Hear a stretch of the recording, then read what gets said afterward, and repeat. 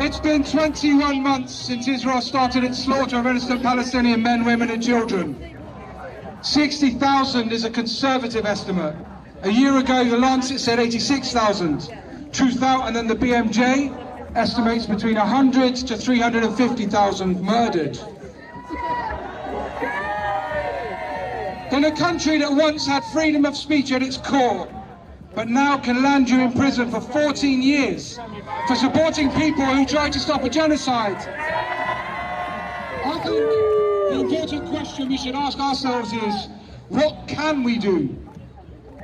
We can protest like we are today and have been doing for the last 21 months. Some people say that protesting and marching doesn't change anything. I think it does.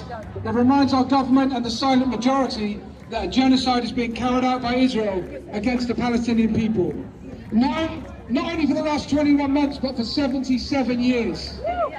It shows the people in Gaza and the West Bank that we have not forgotten or forsaken them. This too is important. There is also boycott, divestment and sanctions. We've seen the real impact of this, especially with multi-billion-dollar brands such as McDonald's and Starbucks. Non-violent direct action works. We've seen the results. We've seen the good that Palestine Action has done to stop this genocide, or to try to stop this genocide. There are also many grassroots groups. You know who you are. Keep doing what you're doing. For me, one key thing is social media. Without this, we would have been blind to what's happening in Gaza. It would have been a silent genocide. And this is what Israel has tried to do by murdering over 200 journalists, closing Al Jazeera HQ in the West Bank, and stopping foreign news crews and journalists from getting into Gaza. Not that any foreign news outlet could or would do as good as our Palestinian journalists are doing. We are indebted to them and their daily sacrifice to share with the world the barbarity of the occupation. Journalists are not a target. Medics are not a target. Children are not a target. It is this very sacrifices journalists are making, risking and losing their lives to bring us the truth and the horror they live through. Their bravery and samud to allow us to bear witness to the heinous acts of terror and slaughter not seen since World War II, that has allowed the government of South Africa to bring their case to the International Court of Justice. That the International Criminal Court wouldn't have been able to issue arrest warrants for the war criminals Netanyahu and Gallant. If it weren't for the bravery of the people of Gaza, we would have to listen to the lies of Talk TV, GB News, and broadcasters such as Sky News and BBC News. They all need to be held to account for essentially manufacturing consent for a genocide. The organisation, the Centre for Media Monitoring, have done an incredible job of logging every instance of BBC bias towards Israel, whether it be a tweak in a headline or a change of word. I recommend you check out their work. The conflict of interest of having Zionist Rafi Berg as the head of the Middle East desk in the BBC confirms the lack of impartiality of the BBC, on which their charter depends.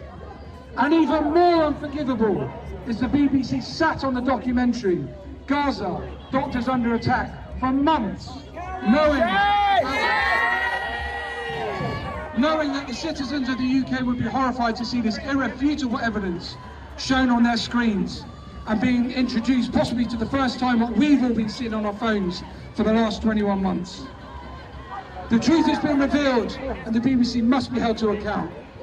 Thank you, Channel 4, for liberating the film and showing it on Wednesday night.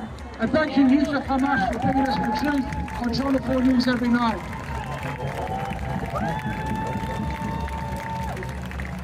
It's also you. Without sharing and resharing and reposting, much of the horror would have been lost, silenced and locked away in the censored vaults of the metaverse. We need to keep sharing information which exposes our government as hypocrites, that exposes their direct involvement in genocide, whether using British spy planes from RAF racketeer in Cyprus, supplying weapons to Israel, or self-serving genocidal conflicts of interest.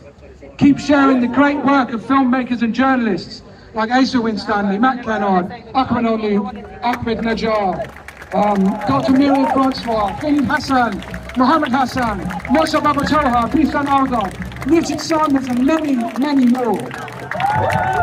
Follow Electronic Intifada, Double Down News, Palestine Deep Dive, Novara Media, Novo.org, Eye on Palestine, Middle East Eye, Declassified UK, and of course, Migration Films. Anyone I've missed out, I apologise, the list is endless. Keep asking important questions. Why does the Home Secretary allow British citizens to go and serve in the Mahal militia of the IDF?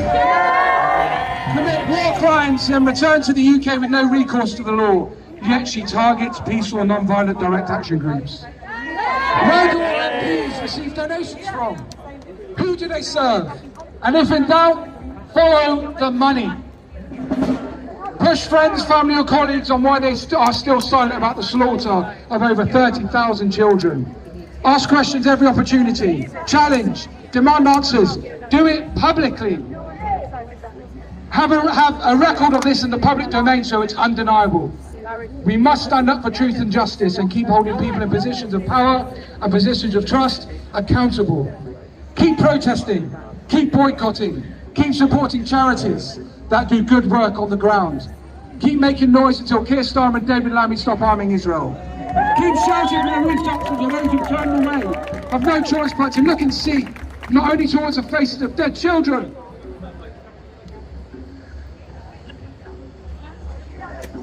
who could have been one of their own in a different life, but look inwards at their own fear and prejudice and what our failing colonial nation is doing to desperately uphold its shadowy, exploitative capitalist infrastructure. Maybe then they'll start to speak up, because silence is complicity. I'll finish with this.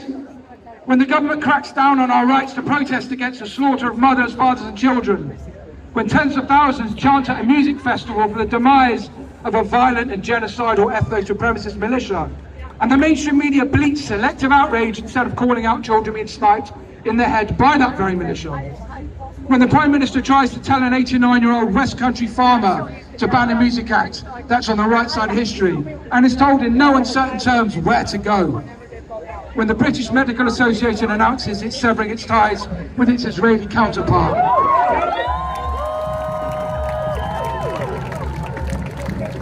When the 77-year-old veil of respectability and lies of the Zionist entity have spectacularly and irreparably fallen, and the words Israel and Zionism makes people shrink in disgust and horror. When silent friends stop messaging you 21 months into the genocide to say, keep doing what you're doing, we stand with you, then we know the tide is turning.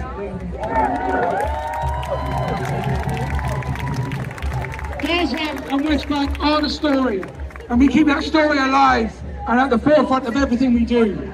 We keep going until Palestine is free. Long live Palestine, long live Gaza. Free, free! Palestine! Free, free!